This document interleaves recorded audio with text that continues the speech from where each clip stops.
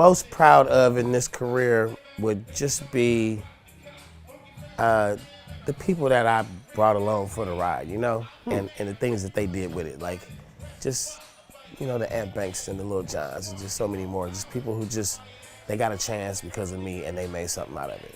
And even the people who just, you know, got to taste it a little bit, you know, seen some money or got on a platinum album or something like that, and you got a platinum plaque hanging up in their house, and they're proud of that moment. So I wasn't selfish with it. Don't do it! Don't fight that feeling, bitch! How many ladies are on their period right now? It don't matter, ladies. I just want to get my dicks up tonight. So, Gia! Yeah, man. Little hoes got ill. So now... I didn't really get my moment until I heard the message. When I heard the message, I used to always carry a boombox radio with me, and I was walking down the street by myself this particular time, listening to regular FM radio, and the song came on. And I think there's probably a lot of hip hop fans from that era that can remember the emotions when you heard certain records like The Message. Oh yeah. And I remember where I was at, and I remember what I thought when that fucking song, when I first heard it. It was the first time that outside of like a book or something, I'm listening to music. This hip hop, this is the new shit.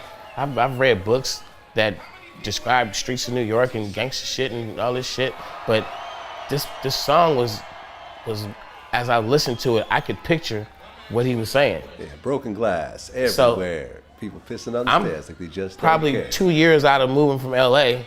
I'm trying to be this young rapper. It's just a hobby, and I'm, you know, it's clicking.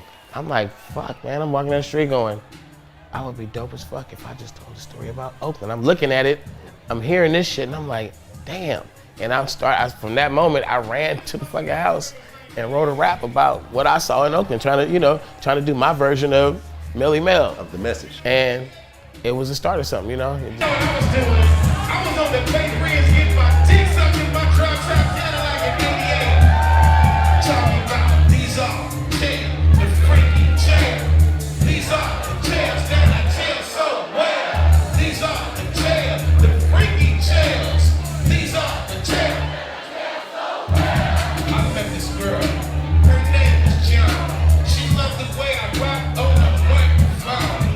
When I met John, I took her home and she was just like a doggy all on my bone. I met another girl, her name was Ann. All she wanted was to freak with a man. When I met Ann, I shook her hand. We ended up freaking by a garbage can. The next young freak I met was Red. I took her to my house and she gave me head. She likes to fuck, it's all she said. So we jumped in the sheets and we broke my bed. There's another girl, her name is Mary. If you talk about sex, the bitch acts scared. I heard she was breaking from my homeboy Jerry. Took her to my house and I popped that cherry. Young and tender, sweet Denise.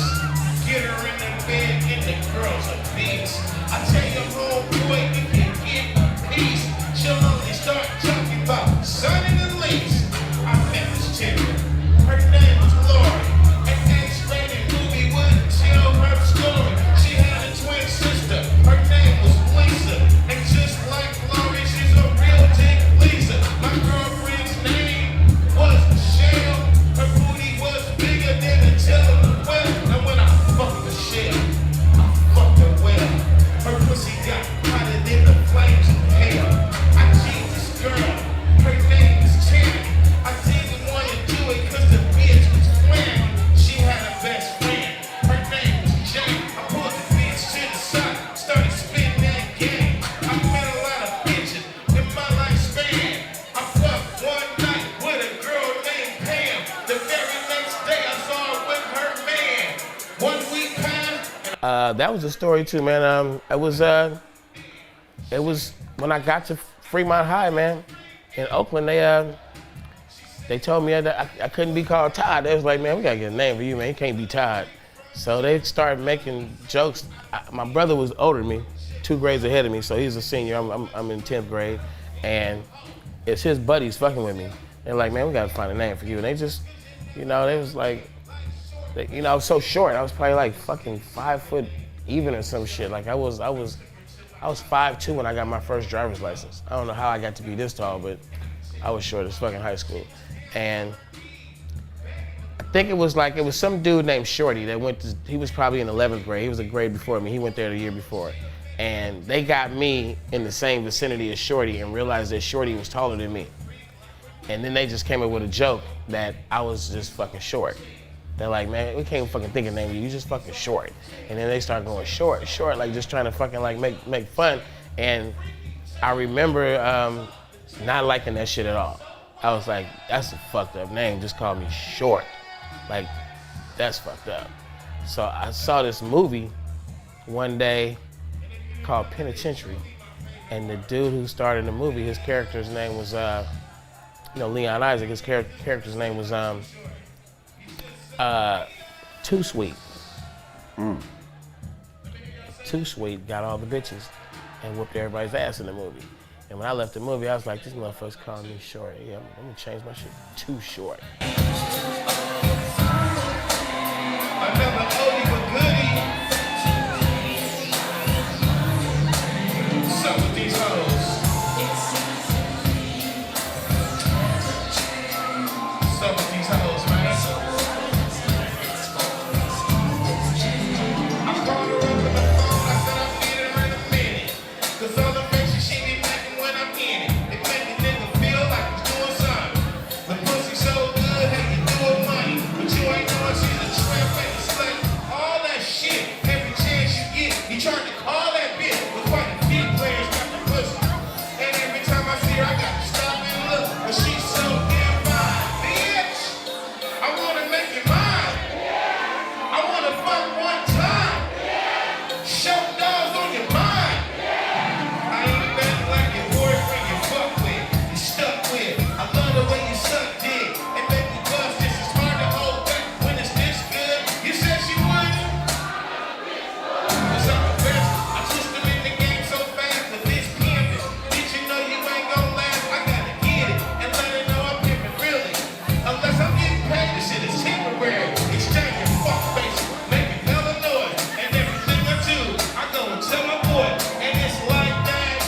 And all my real Pasadena players know how we do this shit. Sing it!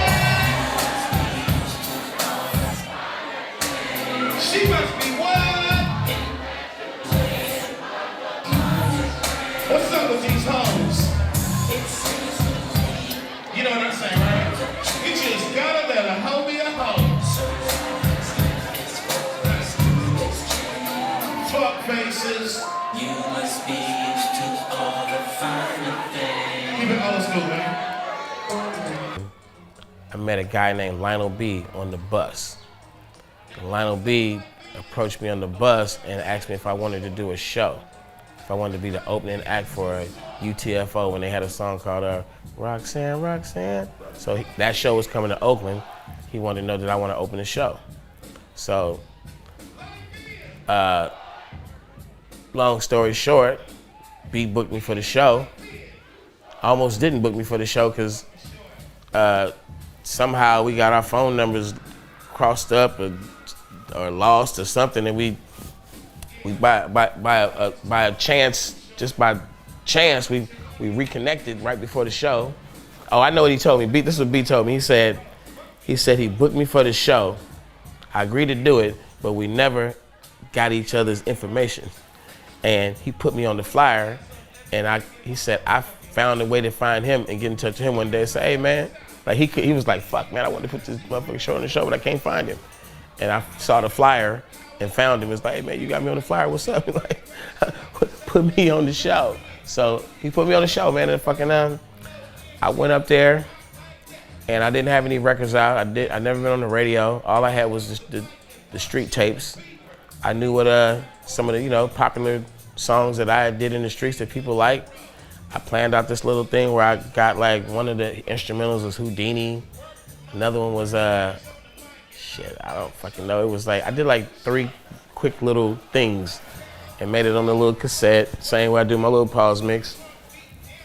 And when I got out there, it was probably a crowd of like roughly like about 5,000 Oakland Auditorium, which was later the Henry J. Kaiser. However many that motherfucker hold, it was 5,000, 6,000, I don't know. So it sold out, UTFO, Roxanne. And I come out there, and my shit starts, and from the second I start to the second I finish, everybody in the crowd sang every word of everything I was doing. So I'm up there thinking to myself, what the fuck is this? And everybody backstage is like, who the fuck is that? Like, how is he doing that shit? And one of my homies who I've been hanging around with, Jerry Hodges, he came to me and said, he was like, man, you know my brother got a record label. He's talking about his brother, Dean Hodges. But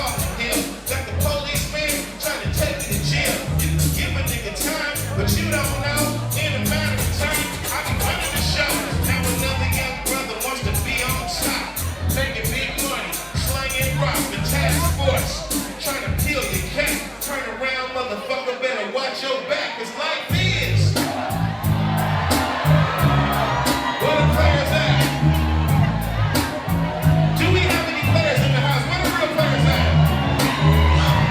I'm taking roll call, I wanna see the real ones. Where the real ones at? If you's a real motherfucking player, somebody say hell yeah. You see, I made up my mind when I was 17. I ain't been no marriage or a wet. I be a player for life. So where's my wife? She probably at the rehab stuck with the pipe. So she must be smoking, and I'm not joking. Too short, baby, coming. I got way more riches than I ever need. I put big on a big fat bag of weed, cause I give you a bitch and wouldn't eat a joint. Bitches ain't shit, so now I make my point so you can smoke your weed while I spit my rap. I tell you about a player from way back. Like I was only 14 when I first got my tits up, down rolled up, and I really like to bust up. I get freaky in the right situation. You wanna rap, well that's a nice occupation. To get pussy when you want. I mean, it is what it is, man. When I was at every stage in my career, man, I just lived up to it. Before I went and got my new teeth, I lived, I did it, like, whatever. So it's me, man. And it's true though, They say this motherfucker makes some good music, but he's old as fuck. How old are you now? 52. 52. But I do dope ass shows. Yep. I do a lot of songs with different artists, no matter what age. I'm active, man. So don't get mad when I fuck your cousin. Your two sisters, I even fuck your ex-bitch. Show dog in the house with some player shit. Where the real players at? If you a player, tell somebody. Only the real players singing. And all the fake players, be quiet, don't say shit. Fuck that. Now all you fake players speak game for real. You player hate love and tell me how do you feel. When you're friend to your homies, how you grind. Looking for some bitches, but you can't find. You got one girlfriend, you see her every night. You come around your homeboy, lie about your life. You look at your watch and say 6:22. You cut to the house and can't act like a Mac, like Playboy show. In the rest of the Mac, in the streets of the O. Bitch, coming up, we learn how to break these hoes. And when you do, get broke, niggas shake these hoes. And when you're older, it's nothing but a routine. I make G's every day, working blue jeans. I know I seen it before, I see it again. Little bitch saying, shorty, would you be my man? Real players represent. If you a player, tell the whole world. All the fake players, be quiet. Now we gonna do this too short shit. That's the thing to check this out. Somebody say BS. Say BS. 1985. 1985. It Over was called 30. It was called Don't Stop Rapping. Don't stop rapping.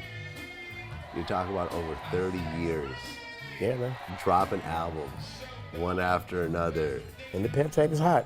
Yeah, no, I've been listening to it all day. This is a good album. Oh yeah, you pull out some shit on this. I mean, I'm looking at just the guest appearances. 2 Chainz, Snoop, T.I., Schoolboy Q, G-Eazy, E40, Dream, Ty Dolla $ign, French Montana, Jeremiah, Mozzie, Mr. Fab, you know, Nefta Pharaoh, Richie Rich. Kind of impressive for an OG. Yeah, and Dr. Dre does an interlude on top of that. And Khaled. And Khaled, right. So I was being motivated by Mr. Fab. You know Fab. Yeah, of course. And he's like in my ear, like, man, you too short, man. Well, you gotta, you know, like you gotta do it big, man. So, you know, he was my, I call him the A&R for this album. Cause he sat with me through the whole album. A lot of the hooks, a lot of the, you know, even like some of the subjects and stuff. We were like in the studio knocking that shit out. Now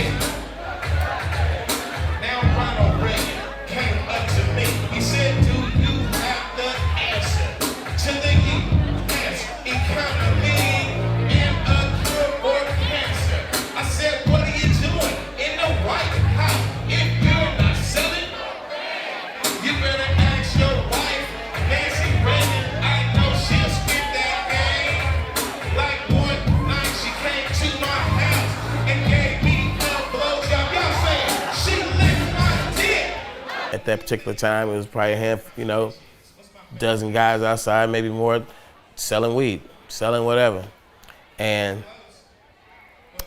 Fred walked up. Now, remind you, everywhere we went, because of his West Oakland upbringing, his now dwelling in East Oakland, his visits he had to make to the youth authority camps, he knew everybody. Like it was, I think all these little factors, all these little things factor in. He knew everybody. And he fucking, he walk up, you know, somebody know his real name is Anthony Adams. So people that, I could always tell that somebody that knew him from like, really knew him, they would call him names like Anthony or like AA, Anthony Adams. So he walked up, somebody like, hey, what's up? And he's like, man, we got this tape, man. We want to see if y'all want to buy it. You know, friends like, buy a tape for what? Like, we rapping on there, man. Why the fuck we want to buy your fucking rap tape? Like, man, we just listen to it. So somebody got a stereo, a car with a loud stereo. They pop in the cassette tape. It's like some dudes leaning on the car. They listening, it's bumping. And, you know, we using, the instrumentals we using are music they probably heard or something. You know, it's just the other side of a rap record. So they listening. And then one of the homies, he hit eject, popped the tape out and said, how much you want for it? And Fred was like, $5. Bam, $5, and walked away. And then motherfuckers was like, well shit, man, I want one. It's like, we only had that one. We're gonna come back tomorrow. So we came back the next day. Probably had, you know, I went and found some shit at Radio Shack. Radio Shack was my spot. Radio Shack, you could buy 3 30-minute cassettes, a 3-pack, for $1.99. So we did the math. If you go buy a 3-pack for $1.99 and we go sell them for $5 a piece, every $2 makes you 15. That was the hustle.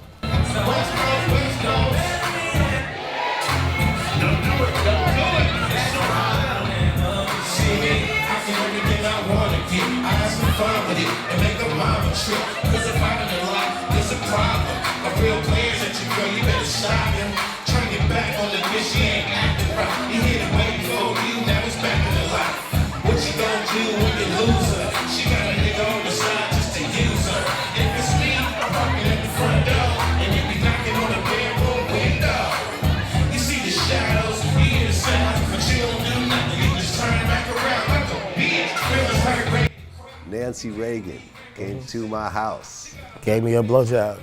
Keep going. She licked my dick up and down like it was corn on the cob. Right. And Ronald Reagan was president at that time. She was the first lady when I said She was that. the first lady. You were talking about the first lady sucking your dick like corn on the cob.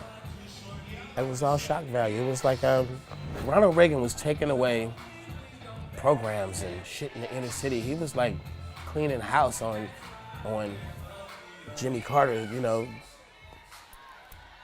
And fucking it was kind of Trump-ish right now. Stop holding back, ladies.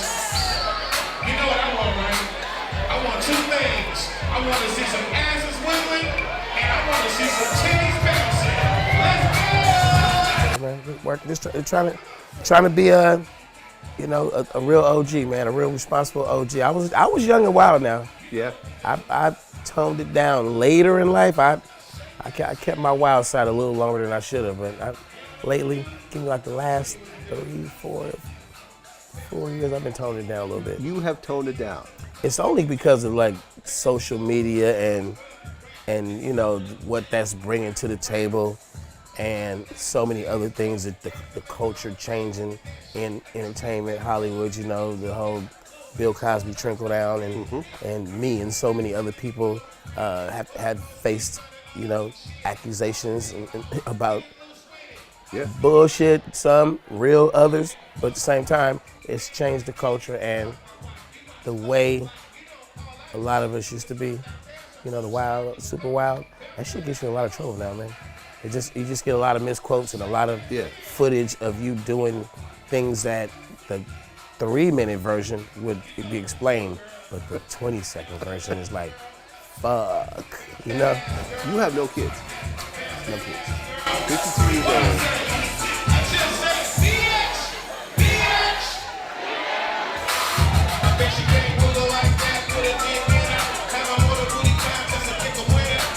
At some point, I started making a lot of money, and I started seeing, you know, my homies who had kids at young ages, and these kids are like 7, 8, 9, 10 at the time, and what they're going through with the courts and not being responsible, some of them, and, you know, just the drama with the baby mamas and stuff. And I looked at where I was at in life, and I made a decision to myself in my mid-20s that I just didn't want to be a baby daddy, and I was having fun. I didn't really want the responsibility of being this party guy who got a family, and I'm like the tug of war. I've seen so many people do it. I didn't want to do it.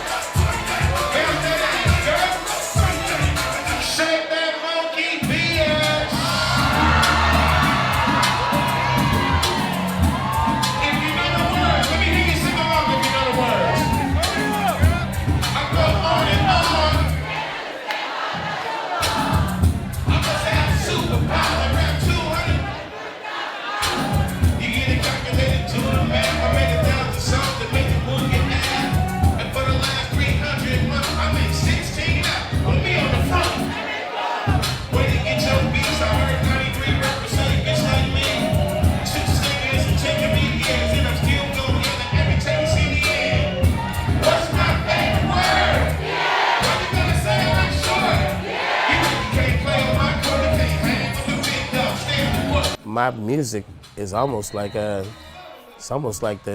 orientation. Right. You got a new young hoe or something, and you need her to be in that right frame of mind. Play a lot of certain Too Short songs, and while you talk your talk, the song talks it too, and she's like, I'm ready to go, I'm ready to go.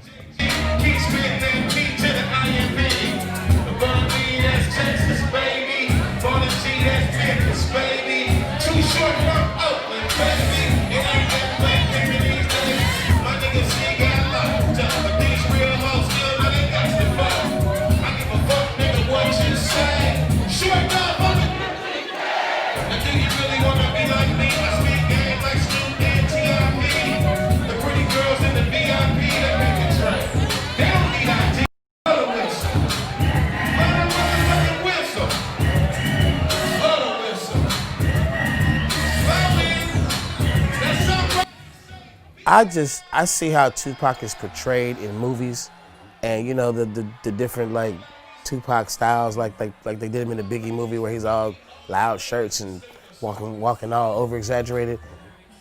The one thing I always remember about Tupac is that he would be these different Tupacs when you saw him from time to time. Mm-hmm.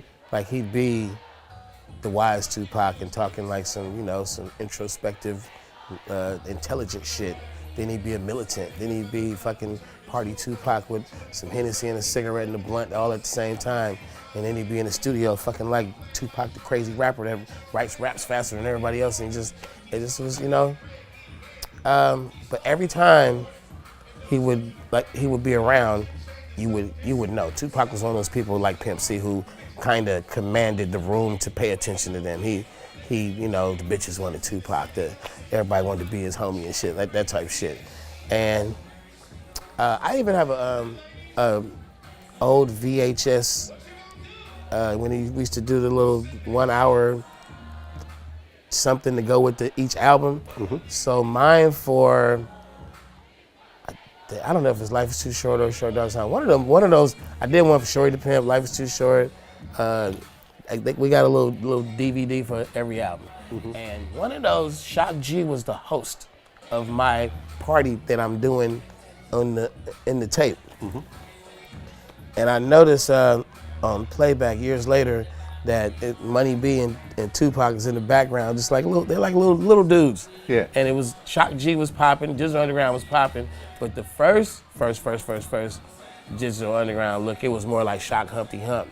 And remember the Humpty Dance, Money B and Tupac was like the dancers and shit. Exactly. So it was that Tupac, but he's in the back, animated. Oh man, I'm feeling like. That's how I feel. Let me tell you how I feel. This is how I feel. This is how I feel, y'all. Hey. From the beehive straight to the strip club. Gotta get a bitch and get my kicks up. I pull a heat from the hip, bruh. All the fuck with his gangsters and strippers.